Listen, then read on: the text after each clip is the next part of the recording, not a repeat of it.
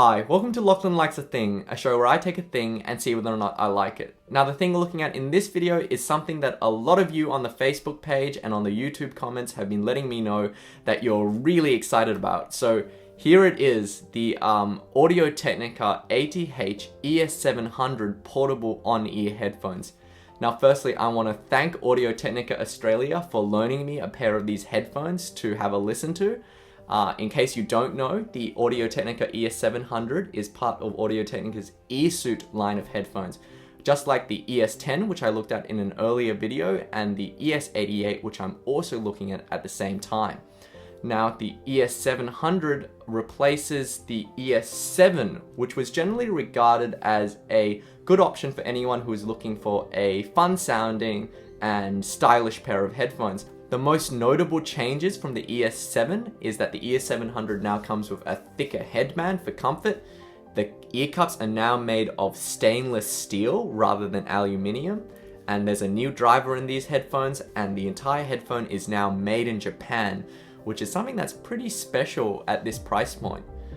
So let's take a closer look. Now the ES700 comes with these black mirror finish ear cups, which are made of stainless steel, and they look absolutely fantastic. But let me tell you, my time with this loaner pair has been quite nerve-wracking just because I'm so afraid of getting scratches and fingerprints on the ear cups. Now they do come with a carrying case and a cleaning cloth, but inevitably I would expect, unless you use some sort of protective film, these will pick up scuffs over time, but they look absolutely fantastic. Now, even though the ES700 is a lower priced model than the ES10, I have to say, and maybe this is because it's a newer headphone, the overall level of build quality on the ES700 seems equal, if not better, than the build quality on the ES10.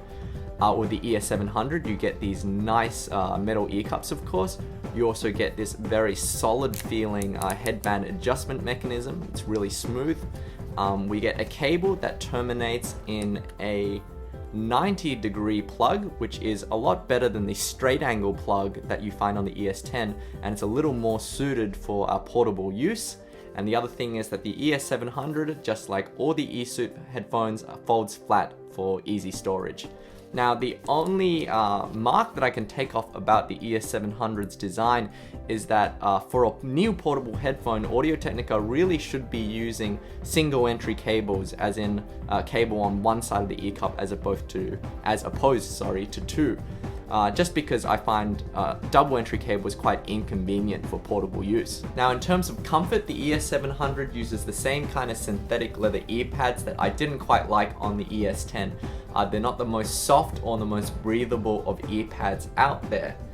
However, even though the ear cups on the ES700 are a bit smaller than the ES10's ear cups, I actually found that clamping pressure out of the box was just a little less on the ES700s, so they're just a bit more comfortable than the ES10s out of the box.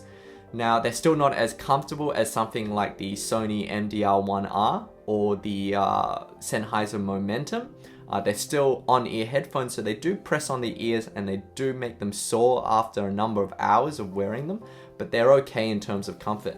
Now, I did borrow a pair of my friend's ESW9s, and I can confirm that the lambskin leather pads on the ESW9 do in fact fit on the ES700, and they are more comfortable.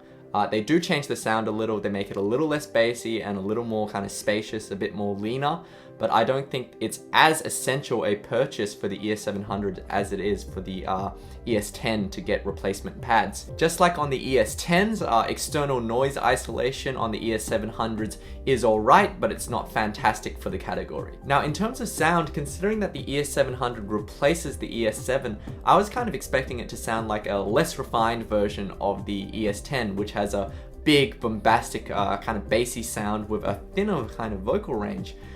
To my surprise though, I actually found that the ES700 is the more natural and the more balanced and the more neutral sounding of the two headphones.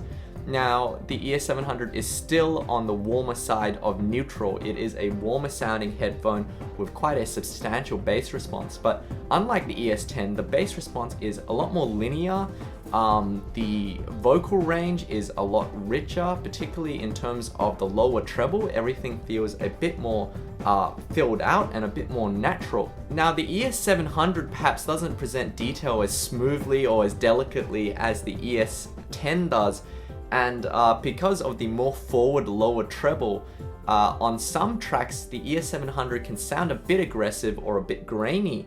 And the sound staging compared to the ES10 isn't as wide, it's a bit more of an intimate kind of sound.